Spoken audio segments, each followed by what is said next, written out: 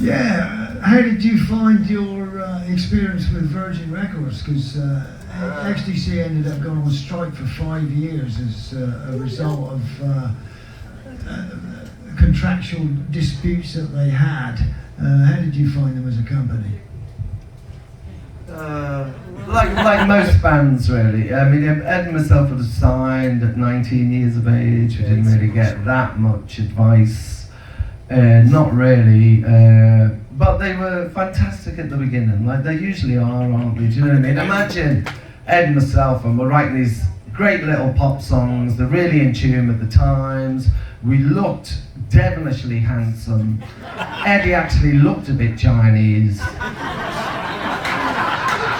We were scoring hit songs right off the bat. So the first album had a hit, the second album had a hit, the third album had 2 hits, fourth album struggled a little bit, fifth album it was out and you were dropped. So do you know what I mean? It was like an 8-9 year sort of, we went like that, we were going like that, and then we went, fuck off. And then it took us the last 20 years to get from the bottom of the hill back up. Well, we're not at the top, but you don't need to be, do you, really? You just need to enjoy what you're doing. Yeah. So that's it, basically. They were great, absolutely great. Didn't realise it at the time, the amount of money we were spending, which was, you know,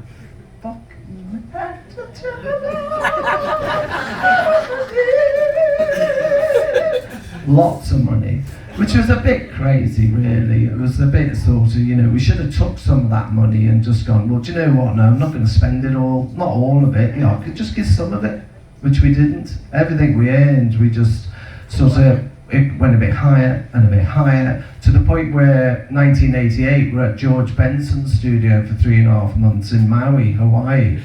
Well, that didn't come fucking cheap. And it all come out of our arse pocket. Which you don't really realise as a young kid, you know, you're more sort of, wow, how amazing is this? I can nearly surf.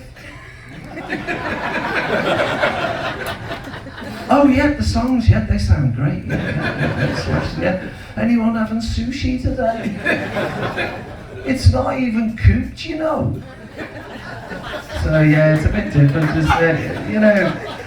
When they get it, I thought Radiohead, I remember reading about them, the 2 cats from Radiohead, and they were offered a record deal where they sort of like when they were teenagers, and they said, you know what, let's wait, and we'll go to university. And they took themselves off to university, and 3 years later signed the record deal. Me and Ed, unfortunately, didn't have that massive, that big an education culturally wise.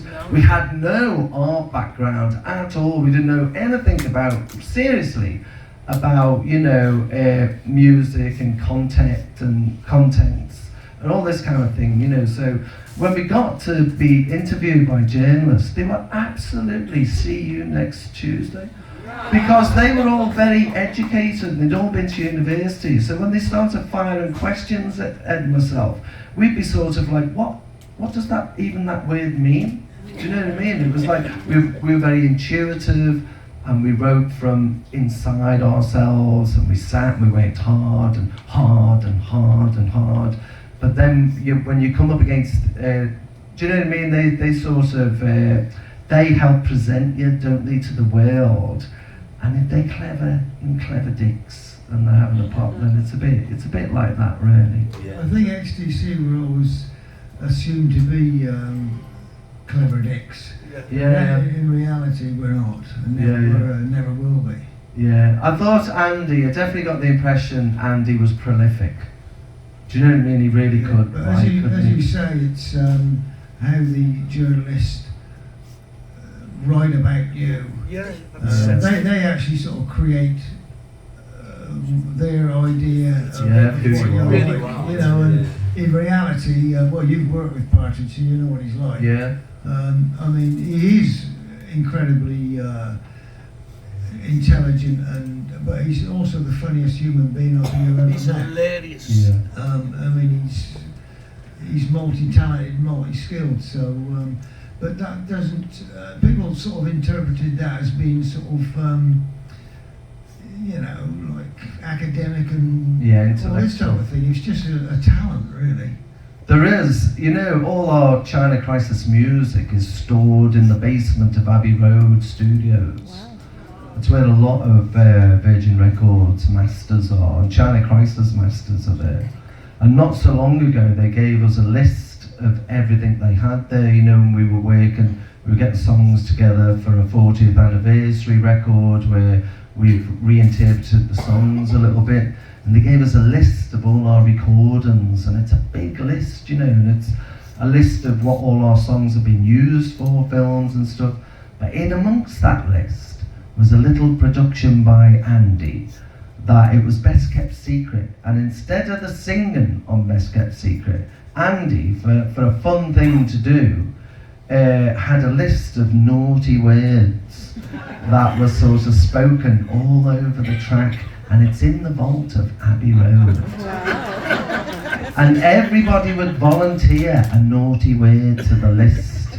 And then at some point it was read out at the end of the night, you know, onto the track. So there's a version of Best Kept Secret in the vaults.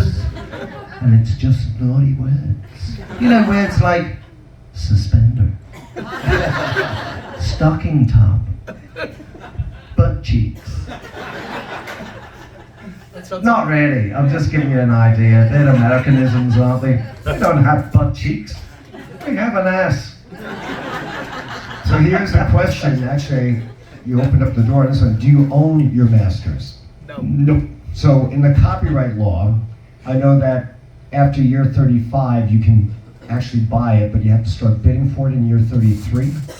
Well, when we signed our deal, we were like really, as Guy said before, like naive kids really, still basically older teenagers. And when, I think it'll be illegal now, but when we signed to Virgin Records, we signed for perpetuity, so they own everything. They still own all the publishing on our back catalogue as well. In fact, we did the album a couple of years ago, Autumn in the Neighbourhoods. Our last album, that's the only thing that we own. I remember in the contract, the first contract we signed, which was nearly the size, you know, of an old telephone book directory, it was like that. But I do remember there was one clause in there that they own the copyright of the music should it be played on interplanetary crafts. It actually said in the contract that they own our works for like Britain, the USA, Europe, Australasia, the entire world, or any other place occupied by man. Yeah. And do you know That's what what? it said in the contract. I was fucking happy to sign that. So I was like, yeah, For no money. I want to be played on the moon. Who doesn't? Scotty, how are we doing?